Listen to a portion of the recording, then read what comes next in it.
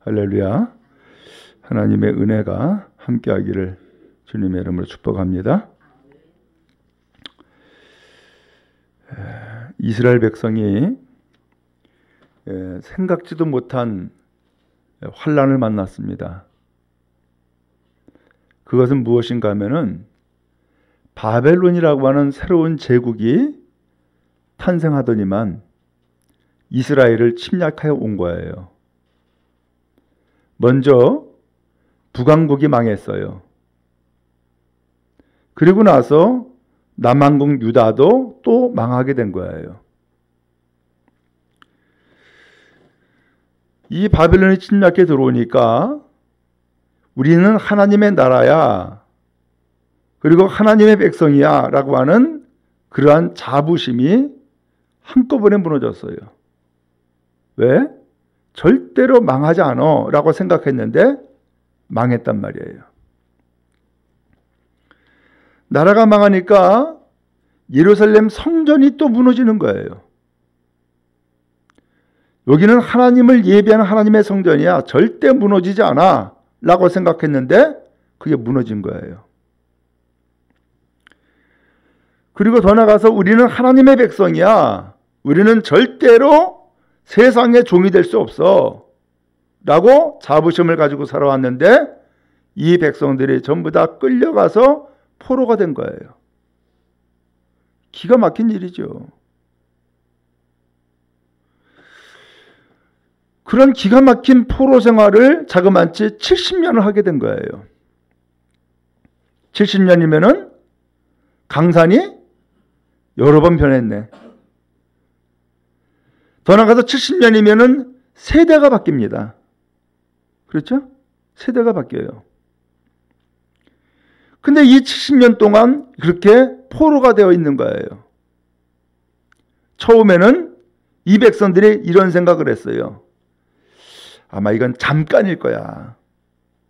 잠깐일 거야. 이럴 리가 없어. 우리가 망할 리가 없고 성전이 무너질 리가 없고 우리가 노예가 될 리가 없어.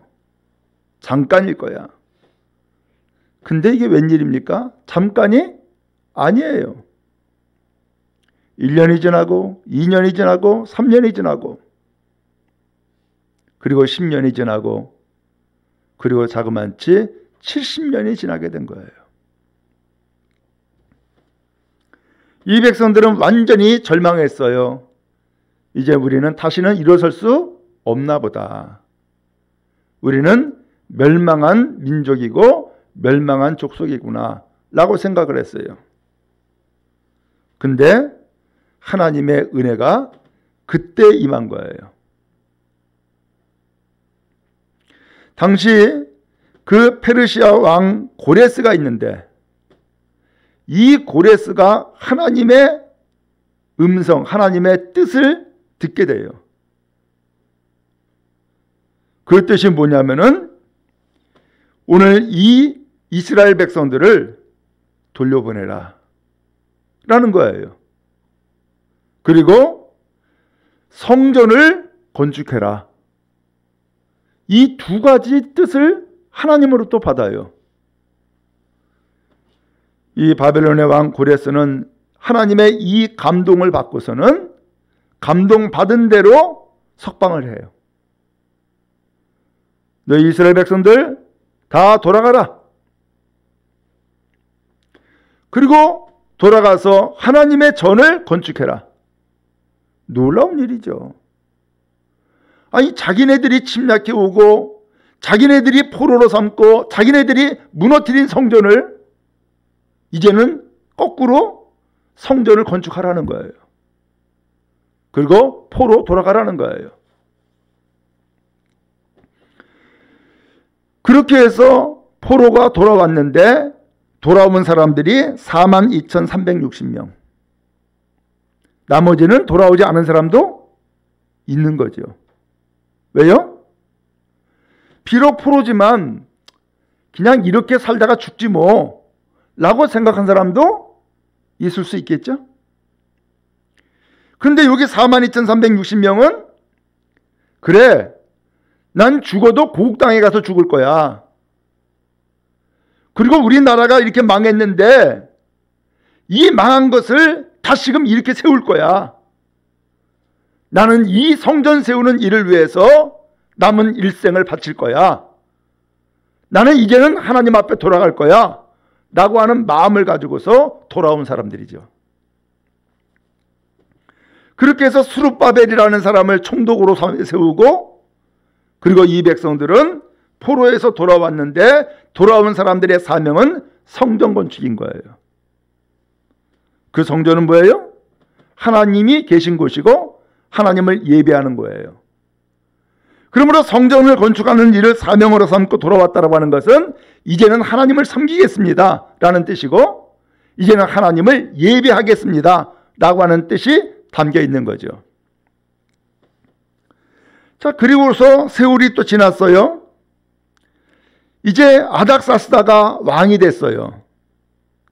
이때에 또다시금 이 왕이 너희 이스라엘 백성들은 돌아가라 하고서는 2차 포로 귀환을 하도록 명령을 내린 거예요.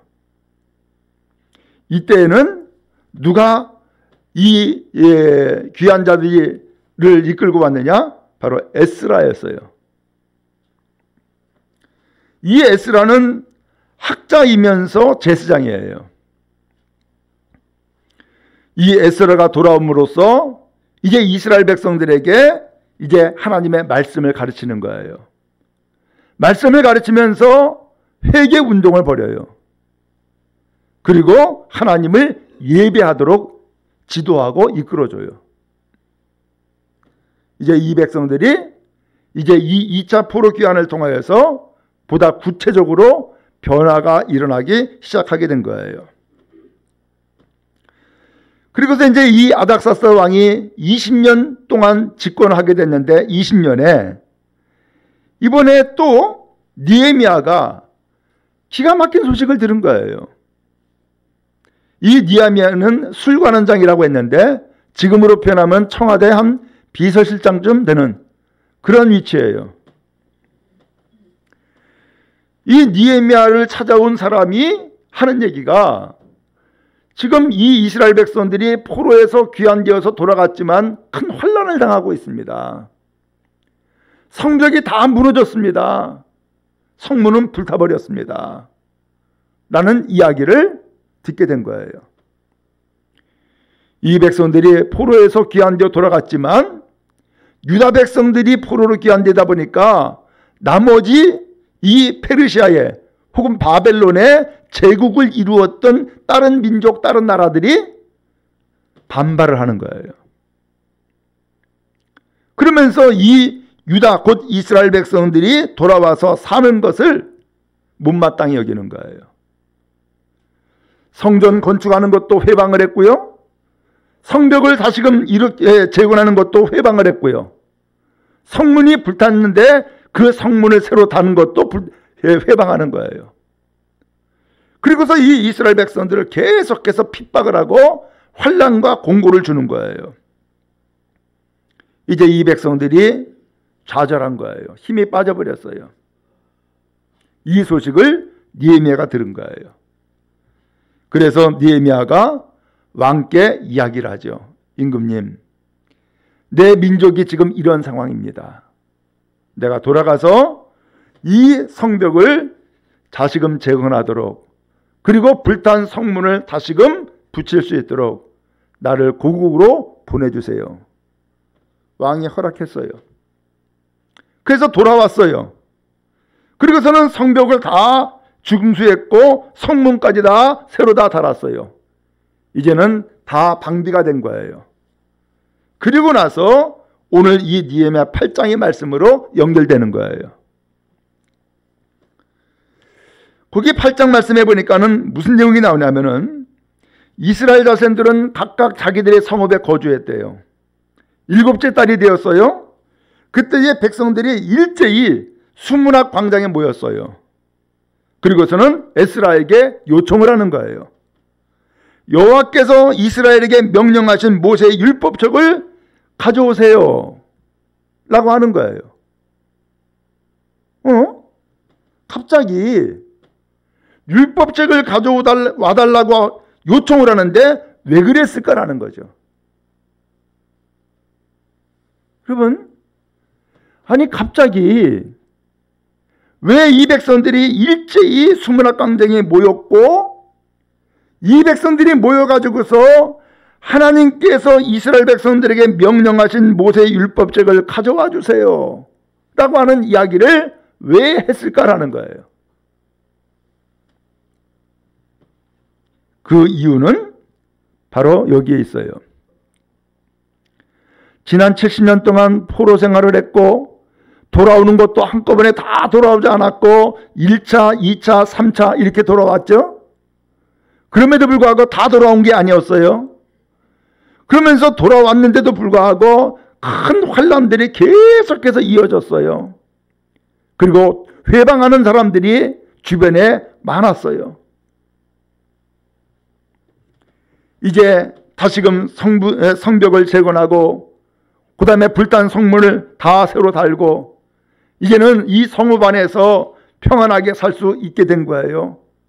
이때에 이 백성들이 생각을 한 거예요.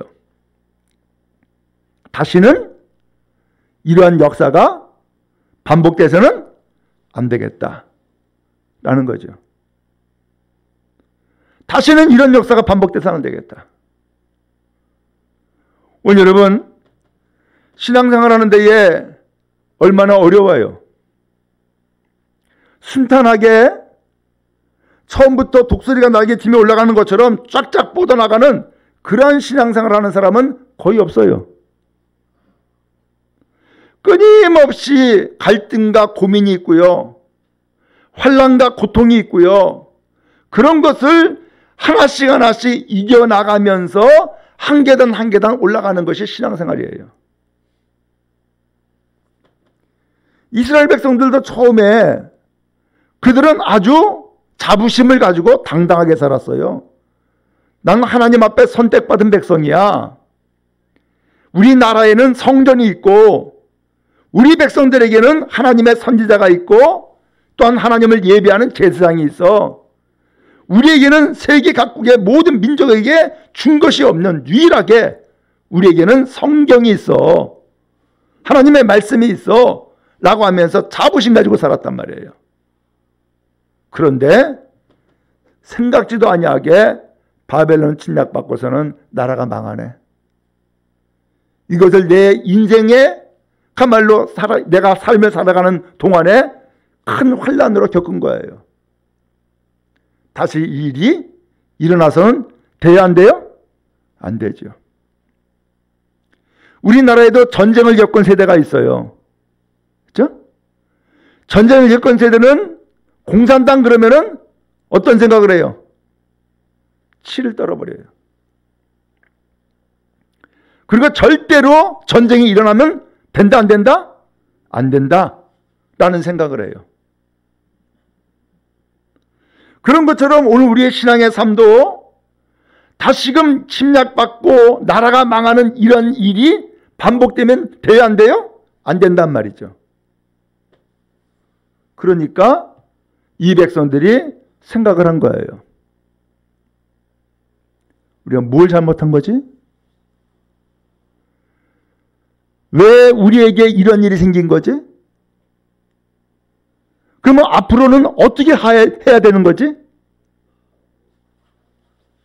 이게 반복되어 가지고서 나의 자손들 후손들에게까지 계속 이어지면 안 되는 것 아니야. 이런 생각을 하게 된 거예요.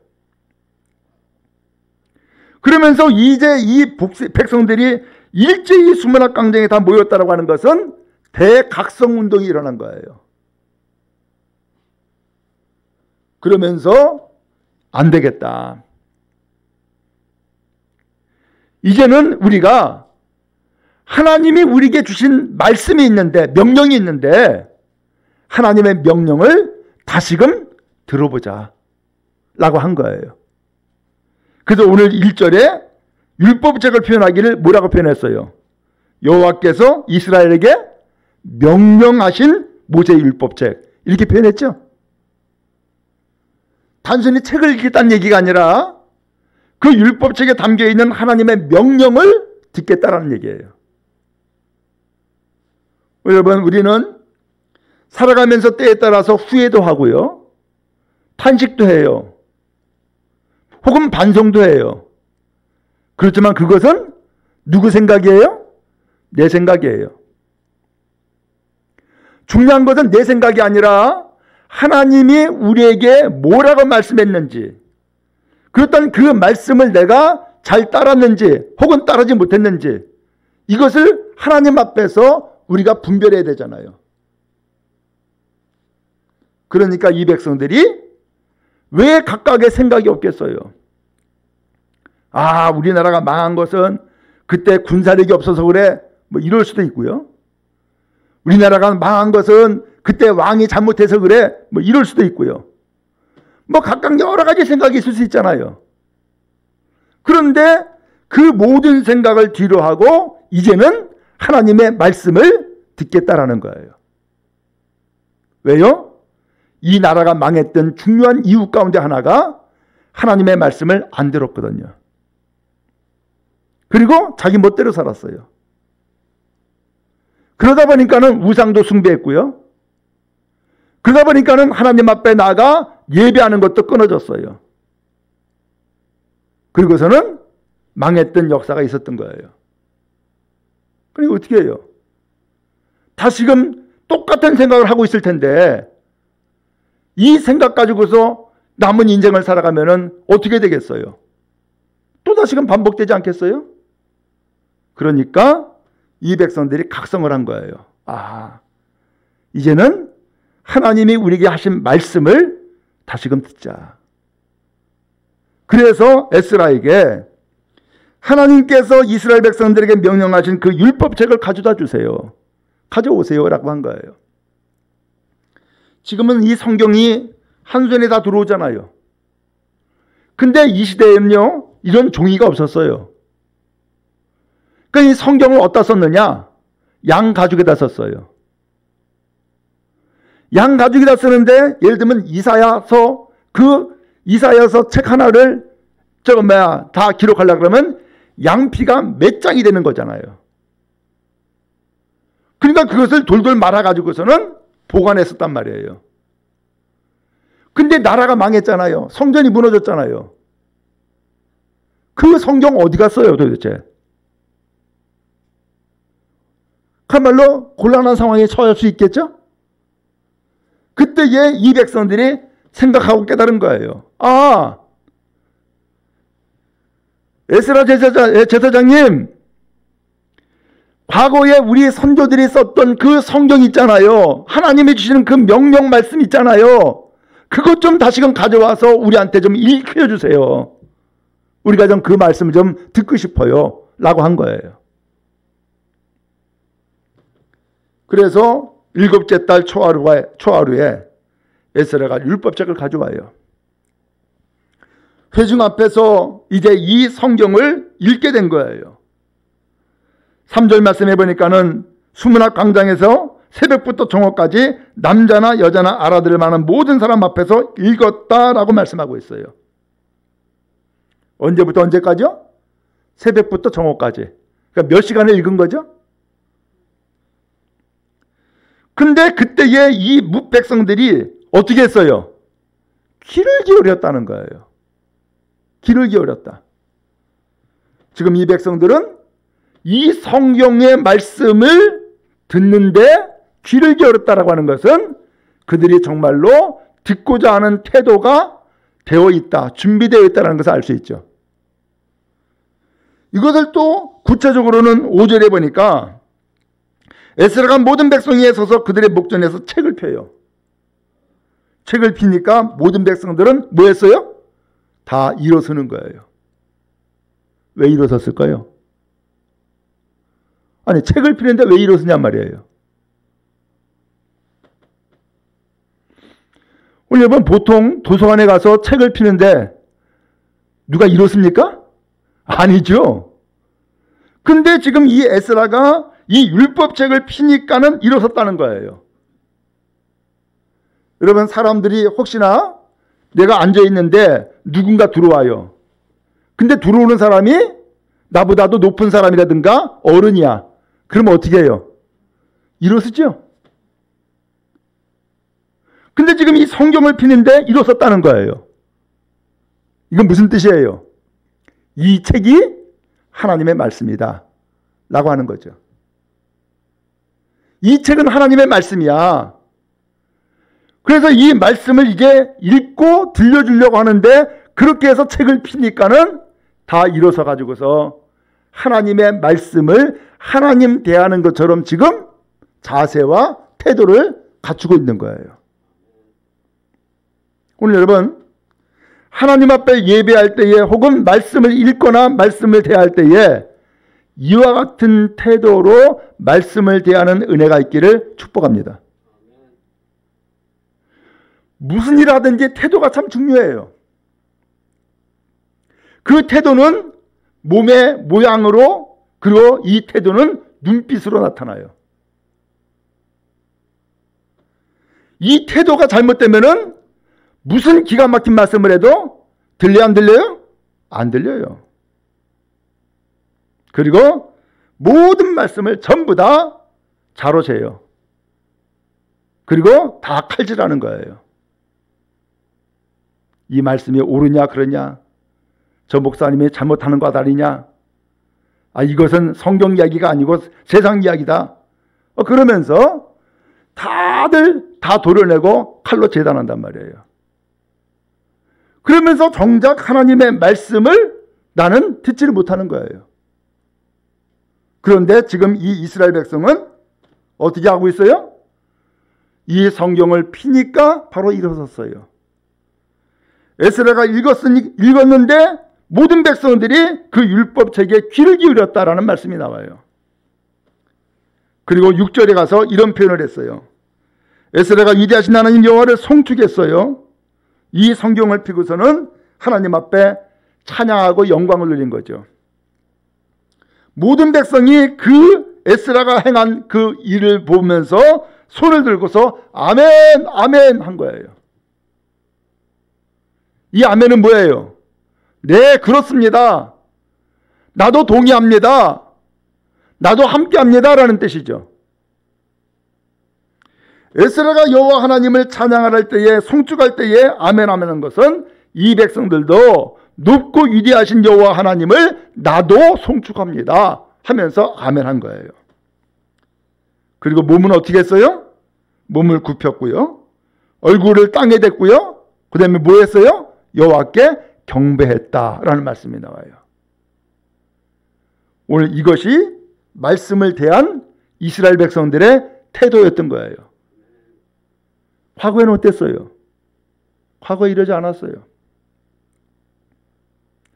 하나님의 말씀을 한 귀로 흘려들었단 말이에요. 그리고 우상을 숭배하는 사람들이 하는 이야기를 더 귀를 기울였어요. 하나님의 복 주는 게 아니라 바알이 복을 주는 거야. 그러니까는 하나님을 예배하지 말고 바알을 숭배해. 그러면서 바알 신전으로 데려갔단 말이에요. 그러면서 나쁜 영향을 받고서 살아왔던 것이 지난번의 인생이었는데, 그러다 보니까는 하나님의 말씀을 듣지 않지요. 하나님을 예배하지 않지요. 하나님의 말씀에 안 순종하지 않지요. 그리고 거꾸로 우상 숭배하죠. 마음은 교만하죠. 망할 수밖에. 이게 망한 거예요. 이제는 이 일이 반복되면 안 되겠다는 거죠. 그래서 어떻게 하느냐?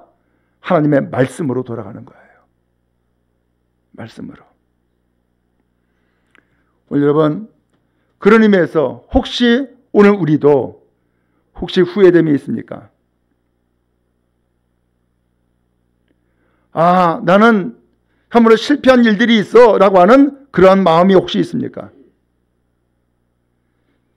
다시는 이러한 인생이 반복되면 안 되겠어 라고 하는 생각이 있습니까? 그렇다면은 말씀으로 돌아가는 은혜가 있기를 주님의 이름으로 축복합니다. 왜 그러느냐? 이 말씀과 성경은 하나님의 말씀이에요. 요한복음 1장 1절에 보면은 말씀이 육신이 되어 우리 가운데 거하셨다라는 표현을 했어요. 그 말씀이 곧 하나님이라는 거예요. 말씀이 곧 예수님이라는 거예요. 그러므로 이 말씀은 사람의 말로 듣는 것이 아니라 하나님의 말씀으로 듣는 것이 우리 믿음의 태도예요. 지금 이 백성들이 이렇게 달라졌어요.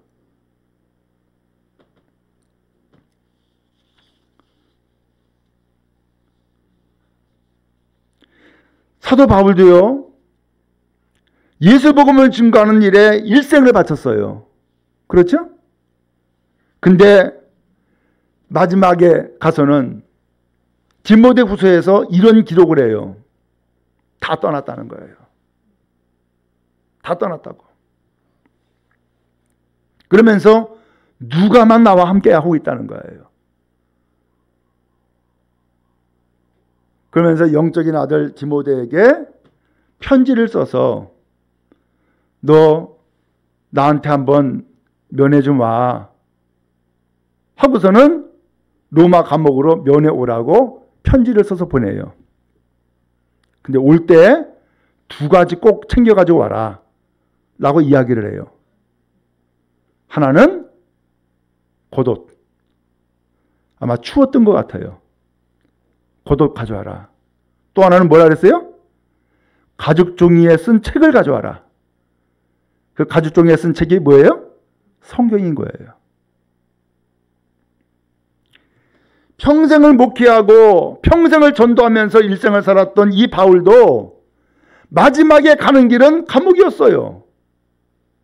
마지막에 가는 길은 안타깝게도 죽음의 길이에요. 예수님도 똑같잖아요.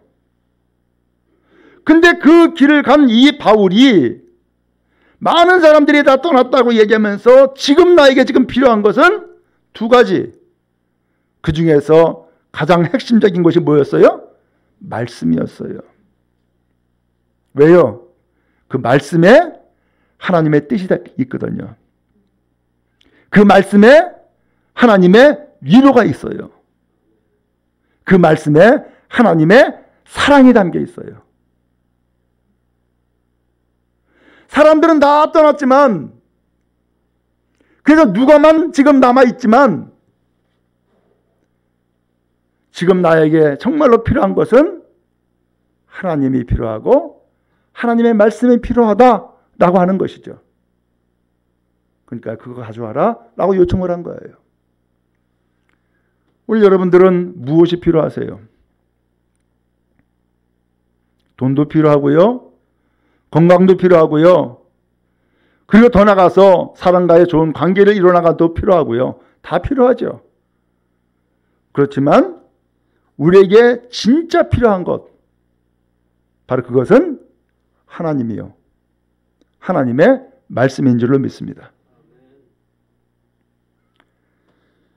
그러므로 오늘 이 바울이 가죽종이에 쓴 책을 가져오라고 요청했던 것처럼, 그리고 또 이 포로에서 돌아와서 성전을 재건하고 다시금 믿음의 삶을 살기를 다짐하고 있는 이 이스라엘 백성과 같이 하나님이 명령하신 그 책을 가져오세요. 그 말씀 다시 듣고 싶어요. 그래서 그 말씀을 통하여서 내가 뭘 잘못했는지 깨달아 알기를 원하고, 이제는 나도 그랬고 나의 후손도 그랬고 새로운 인생을 살고 싶어요 라고 하는 간절한 요청이었던 거죠. 이제 이 말씀을 이렇게 쭉 읽어줬는데, 이 말씀이 좀 어려워. 무슨 말씀인지 잘 이해가 안 돼. 그러니까 8절에 그리고 7절에 뭐라고 돼 있어요? 레위 사람들이 지금 서서 말씀을 듣고 있는 이 이스라엘 백성들에게 율법의 말씀을 하나하나 깨달아 알게 해주는 거예요. 이 말씀은 이런 뜻이야. 이것이 하나님의 뜻이야 라고 하면서 그 말씀을 깨닫게 해주는 거예요. 우리 여러분, 말씀을 들으면 깨달음이 옵니다. 그래. 내가 생각했던 것이 그게 바른 게 아니었네. 깨닫게 됩니다. 아, 하나님의 뜻이 이것이 아니라 바로 다른 거였구나. 다른 것을 알게 됩니다. 그리고 이 말씀을 통하여서 아, 내가 무엇을 잘못한 것인지라고 하는 것을 알게 됩니다. 그래서 성경에 그 말씀이 나오잖아요. 하나님의 말씀은 살아있고 운동력이 있어 좌우의 날선 어떤 검보다도 예리하여 혼과 영과 관절과 골수를 찔러 쪼개기까지 하며 마음의 생각과 뜻을 판단한다 라고 히브리서 4장의 말씀에 나와요. 그리고 더 나가서 그 이후 13절에 보면은 지은 것이 하나도 그 앞에 나타나지 않음이 없고 이 세상의 모든 피조물이 하나님 앞에 드러나지 않을 것이 아무것도 없다는 거예요. 그 말씀 앞에 다 드러난다는 거예요. 우리의 결산을 받으실 일이 곧 하나님 앞에 만물이 벌거벗은 것 같이 드러나느니라. 하나님의 말씀 앞에 다 드러난다는 거예요. 오늘 그렇기 때문에 이 말씀은 생명이에요. 이 말씀은 능력이에요. 이 말씀은 좌우의 날선 검이에요. 우리의 마음과 생각을 감찰하실 뿐만 아니라 심지어는 관절과 골수를 찔러서 쪼개기까지 한다. 이거 뭐예요? 다 해부시킨 거죠.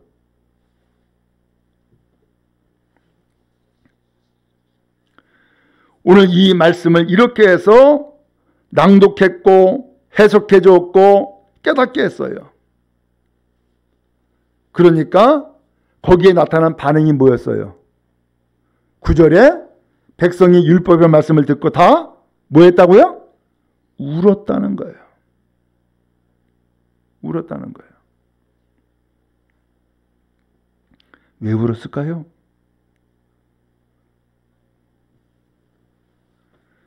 도대체 말씀을 듣고 왜 울었을까? 오늘 여러분 어떻게 좀 이해가 좀 되세요? 네. 왜 울었을까?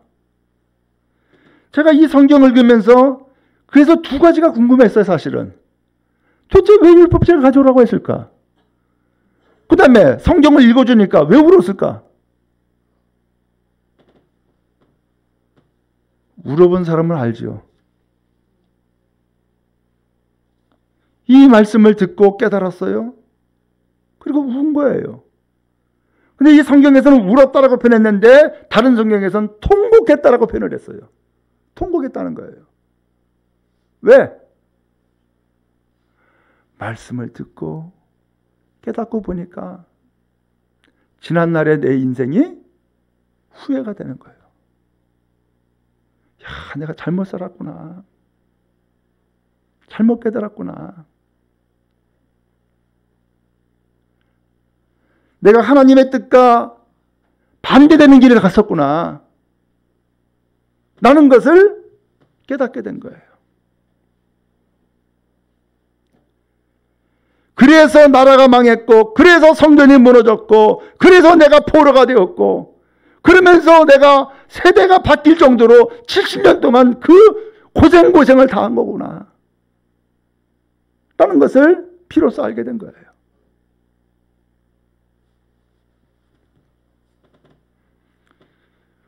혹시 여러분 성경을 읽거나 혹은 하나님의 말씀을 들으면서 깨닫는 일이 있습니까? 아마 깨닫는 일은 종종 있을 수 있을 거예요. 근데 거기에서 한 걸음 더 나가서 눈물을 흘리며 통곡한 일이 있습니까? 그런 역사가 여러분에게 임하기를 주님의 이름으로 축복합니다.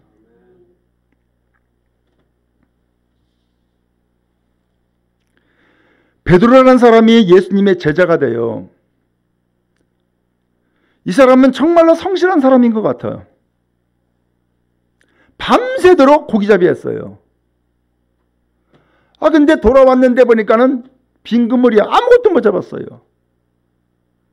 근데 그 갈릴리 호숫가에서 어떤 분이 많은 사람들 앞에서 뭔가 연설을 하고 있는 거예요. 그분이 예수님이었어요. 그러다가 너무나 많은 사람들이 계속 밀려오니까는 이분이 어디 있을 자리가 없으니까 좀 배 좀 빌려달라고.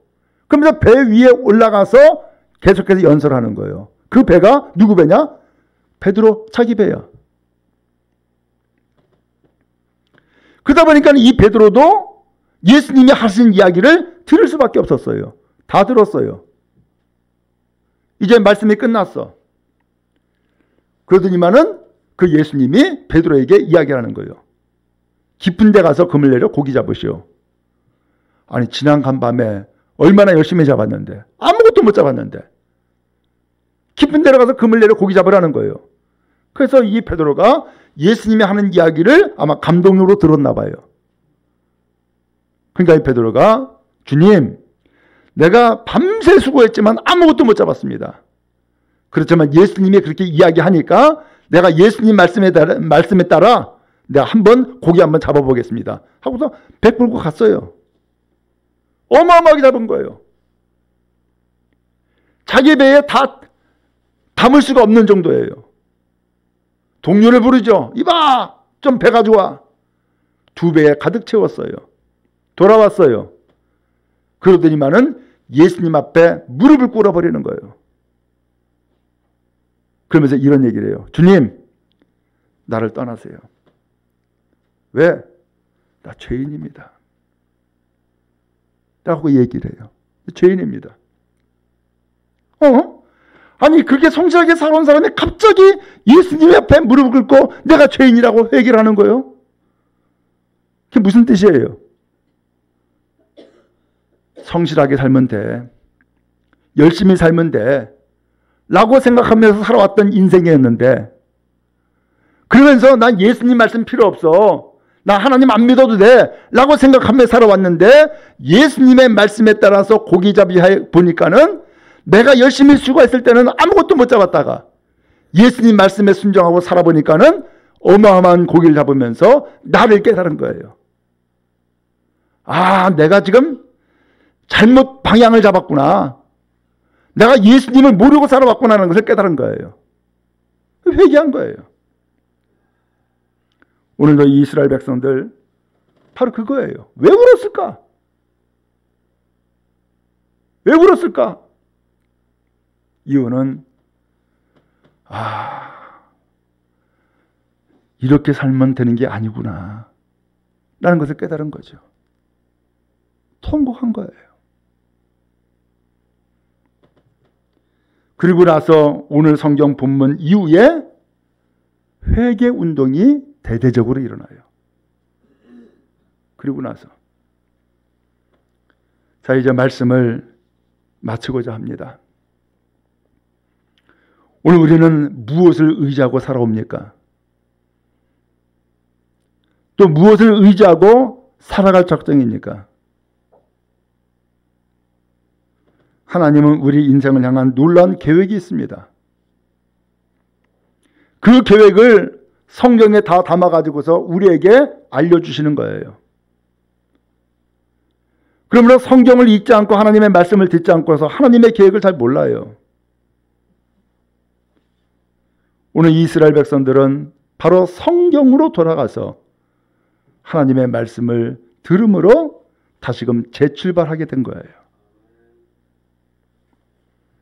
우리도 신앙생활하면서 성경을 배우는 것이 아니라 나를 인도한 사람에게 신앙을 배우고 혹은 정말로 교회에 좋은 어떤 영향력이 있는 사람을 통해서 신앙을 배우고 혹은 뭐 다른 책이나 유튜브나 혹은 방송이나 이런 것을 통해서 신앙생활을 배우고 이럴 수가 있어요.